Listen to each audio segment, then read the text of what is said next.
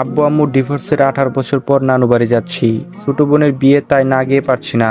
আম্মুর উপর রাগ থাকতে পারে, কিন্তু বোনের উপর নেই। তাদের ডিভোর্সের পর আমাকে আব্বু তার কাছে রেখে দেয়। আর তরি একদম ছোট ছিল বলে আম্মু তরিকে তার সাথে নিয়ে যায়। দীর্ঘ 18 বছর তাদের সাথে কোনো প্রকার যোগাযোগ নেই। তরির বিয়ের খবর কোথায় পেলাম সেটা পরে বলছি। হঠাৎ ড্রাইভার বাস থামালো। যাত্রী সবাই একটু থমকে গেল।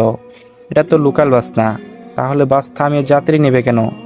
আমি ছোটবেলা থেকে একটু তেরা টাইপের, একটু বদমেজাজি আর ঘাড় তেরা। আব্বু এটা নিয়ে সব সময় আমাকে বোঝাতেন, কিন্তু আমার পরিবর্তন হয়নি। পরে তিনি একসময় বুঝতে পারেন এটা আমার পরিবারের অপূর্ণ ভালোবাসার ফল। দীর্ঘদিন এমন পরিবারহীনতা আমাকে এমন রক্ষা করে তোলে। আমার আচার আচরণ আনে ভিন্ন মাত্রা। নিজেকে সবসময় কন্ট্রোল রাখার চেষ্টা করি, কিন্তু পরিস্থিতি আমাকে সে আগের মতো করে দেয়। এটা নিয়ে আমি নিজেও উদ্বিগ্ন। সিট থেকে উঠে সামনে 2 কদম বেরিয়ে হেল্পারকে ডাক দিয়ে বললাম, সমস্যা কি? গাড়ি থামালেন কেন? হেল্পার একটু শান্ত মনে বলল, একজন যাত্রী উঠবে। আমি বললাম, ওই মিয়া ফাজলাম করেন নাকি? এটা লোকাল বাস, আর বাসে আপনি সিট খালি দেখলেন কোথায়? হেল্পার আমার কথা উত্তর দিতে দিতে বাস যাত্রী উঠে গেল। ড্রাইভারও গাড়ির সামনের দিকে অগ্রসর করলো। হেল্পার একটু ভাব নিয়ে বলল, ভাই আপনি মনে হয় ভুলে যাচ্ছেন, আপনার পাশের সিটটা খালি আছে। আমি বললাম, কি বলছেন আপনি? আবার বলুন। হেল্পার বলল, আপনার পাশের সিটটা খালি। আমি বললাম, একদম কিন্তু বাস থেকে ফেলে দেব। 2টা টিকিট কেটেছে কি সাদে? হেল্পার বলল, ও ভাই সরি, মনে নেই। আমি হেল্পারের দিকে একটু রাগী দৃষ্টিতে তাকিয়ে আমার সিটে বসলাম। একটা হাঁটু ওপর সিটে তুলে রাখলাম। ঢাকা টু খুলনা জার্নিটা মোটেও কম না। নিজস্ব গাড়ি নিয়ে আসতে পারতাম, কিন্তু এত দূরের জার্নি দুষ্কর হয়ে যাবে। নিজের নিরাপত্তার কথা ভেবে বাসের টিকিট কেটেছি, তাও আবার একটা না, একসঙ্গে 2টো। রাত হয়ে গেলে ঘুমাতে সুবিধা হবে। আমি আবার বসে ঘুমাতে পারি না। আর তার থেকে বড় কথা হচ্ছে, বাইরে মনোরম পরিবেশ যেন উপভোগ করতে পারি জানালার পাশে বসে। যদি জানালার পাশে সিট না পাই, তাই একসঙ্গে 2টো টিকিট কেটেছি, যেন কেউ এসে ফাঁকনা বসাতে পারে, বলতে যেন না পারে যে জানলার সিটটা আমার। হেল্পারও আমার পিছনে পিছনে ভাই ভাই করতে করতে আসলো। আমি অন্যদিকে মুখ ফিরিয়ে তাকিয়ে আছি, কোনোভাবেই আমার সিট ছাড়ছি না। হেল্পার বলল, ভাই আমরা আপনার একটা সিটের ভাড়া ফেরত দিয়ে দিচ্ছি, তবু আপনি একটু কষ্ট করে সিটটা ছেড়ে দিন। আমি চোখ রাঙিয়ে তাকিয়ে আছি হেল্পারের দিকে। খুব রাগ হতে লাগলো হেল্পারের প্রতি, তবু মুখে প্রকাশ করলাম না, নিজেকে কন্ট্রোল করলাম। হেল্পার বলল, ভাই ভাই প্লিজ প্লিজ। আমি বললাম, আপনি প্লিজ সামনে থেকে সরে যান, রেগে গেলে কিন্তু খারাপ কিছু হবে। হেল্পার বলল, ভাই ভুল তো মানুষেরই হয়, আপনি একটু বোঝার চেষ্টা করুন। আমি বললাম, খুব খারাপ হবে কিন্তু, আমার সমস্যা আছে, দেখে আমি 2টা সিট বুকিং করেছি। হেল্পার বলল, ভাই উনি যুবতী একটা মেয়ে, দাঁড়িয়ে দাঁড়িয়ে তো দূরে যাবে, এমনি দেখায় না, মা বোন তো আপনার বাড়িতেও। আমি বললাম, জাস্ট সেট আপ, সবকিছুই মা বোন টেনে আনেন কেন? যান সামনে থেকে। আমার ধমক খেয়ে চলে গেল। আমি অন্যদিকে তাকিয়ে আছি। আমার সিটের পাশে কারো উপস্থিতি টের পাচ্ছি। সিটের উপর হাত রেখে দাঁড়িয়ে আছে, বুঝতে বাকি নেই, অনাকাঙ্ক্ষিত যাত্রী। সে যেই হোক, আমার সিট ছাড়ছি না আমি, অসম্ভব। আমি একবার মেয়েটার দিকে দৃষ্টি দিলাম। দেখে মনে হচ্ছে কোনো কলেজের স্টুডেন্ট, হোটেল থেকে ফিরছে, কেননা কাঁধের মাঝে বেশ বড় একটা স্কুল ব্যাগ। আর বাস থামিয়েছিল একটা মহিলা হোস্টেলের সামনেই। মেয়েটার শ্যামবর্ণ মুখের রং, তবে ততটা কালো নয়, আবার ততটা সুন্দরও না। তবে মুখের মাঝে আছে অজস্র মায়ার আভাস। শ্যামলা মেয়ে এমনিতে অনেক মায়াবতী হয়। আমি অবশ্য কাউকে বাস্তবে তেমন দৃষ্টিতে দেখিনি। বিদেশে সাদা চামড়ার মানুষ দেখতে দেখতে অভ্যস্ত, তাই এই শ্যামলা চেহারা মায়াবতী কখনো তেমন ভাবে দেখা হয়নি। দেখা হয়েছে হয়তো অনেকবার, কিন্তু খেয়াল করা হয়নি। শ্যামলা মেয়েরা মায়াবতী হয়, সেটা হুমায়ুন আহমেদের কোনো এক উপন্যাস না গল্পে যেন পড়েছি, সঠিক মনে নেই। বাক্যটা মনে আছে, কিন্তু গল্প মনে নেই। যাই হোক, প্রায় 15 মিনিট হতে চললো। মেয়েটা কিছু বলছে না, বসবে কিনা আমিও বলছি না। হেল্পার কিছুক্ষণ পর পর পিছে তাকিয়ে দেখছে আমি সিট ছেড়েছি কিনা। আমার দৃষ্টি বরাবর হলে আবার অন্যদিকে তাকিয়ে ফেলে। হেল্পারও ইতিমধ্যে আমার আচরণে ভয়ার্থ। আশেপাশে তাকিয়ে দেখলাম অনেক যুবক আর মধ্যবয়সের লোক মেয়েটাকে চোখ দিয়ে গিলে খাচ্ছে।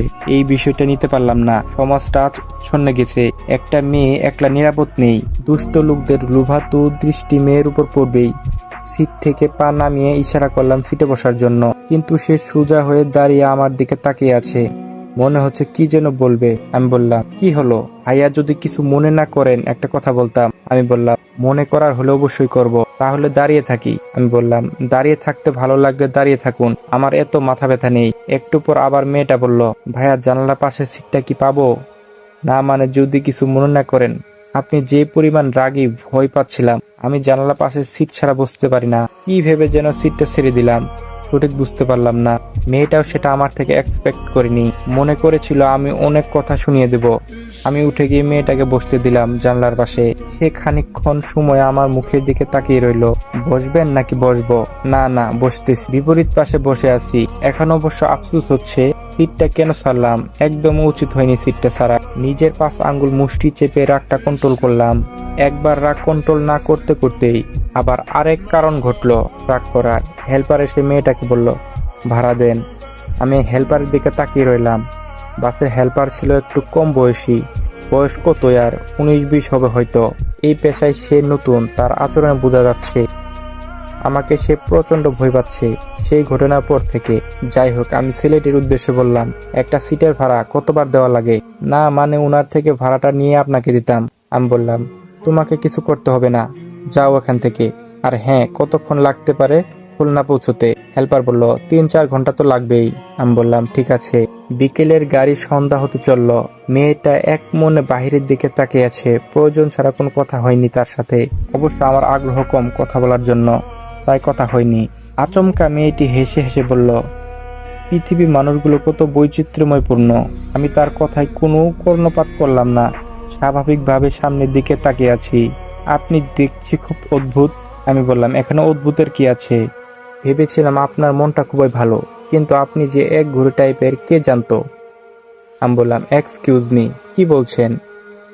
আমি মানুষটা কালো হলেও সত্যি কথা বলতে কোনোদিন পিছু হয় না। আমি বললাম, আমাকে এক ঘুরে বললেন কেন? বারে, একটা মানুষ পাশে বসে আছে, সে কি জীবিত আছে না মৃত সেটা হয়তো আপনি বলতে পারবেন না। আপনি এমন কেন? আমি বললাম, আমি এমনই। আপনি কথায় কথায় রাগ দেখান কেন? মেয়েটার কথায় একটু ভরকে গেলাম। অপরিচিত মানুষের সাথে মেয়েরা এত আগ বাড়িয়ে কথা বলতে পারে সেটা আগে জানা ছিল না। নিজেকে একটু শান্ত করে বললাম, আপনি কিন্তু। আমি কি? আমি বললাম, কিছু না। আমি খুব মিশুক স্বভাবের মানুষ, আমি চুপচাপ থাকতে পারি না বেশিক্ষণ। অবশ্য অপরিচিত মানুষের সাথে কথা বলি না, কিন্তু আপনার সাথে কথা বলতে কেন যেন ইন্টারেস্টিং লাগছে। আমি বললাম, আমার মাঝে সবাই বদমেজাজ খুঁজে পায় আর আপনার ইন্টারেস্টিং লাগছে, কি অদ্ভুত। শুনেন, একটা কথা বলি, আপনার মাঝে বদমেজাজ আছে সেটা মানছি, তবে আপনার মাঝে সুন্দর একটা মন আছে। মেয়েটার কথা শুনে আমি রীতিমতো স্তব্ধ। এমন কথা কার মুখ থেকে এই প্রথম শুনলাম। মেয়েটা কথাটা বলেই বাহিরের দিকে মুখ ফিরিয়ে মুচকি মুচকি হাসছে। অস্বীকার করব না, মেয়েটার গুছালো দাঁতগুলোর হাসিটা দেখার মতো। আমি একটু কড়া হয়ে বললাম, সুন্দর মন দেখলেন কোথায়? এই যে দুষ্ট লোকগুলো যখন আমার দিকে অন্যরকম ভাবে তাকিয়েছিল, এটা আপনার কাছে ভালো লাগেনি, তাই স্বাদের সিটটা ছেড়ে দিলেন। এ থেকে বোঝা যায়। মেয়েটা কিভাবে বুঝলো বুঝতে পারলাম না, তবে সে বিচক্ষণ আর বুদ্ধিমতী, ভালোই অনুমান করতে পেরেছে।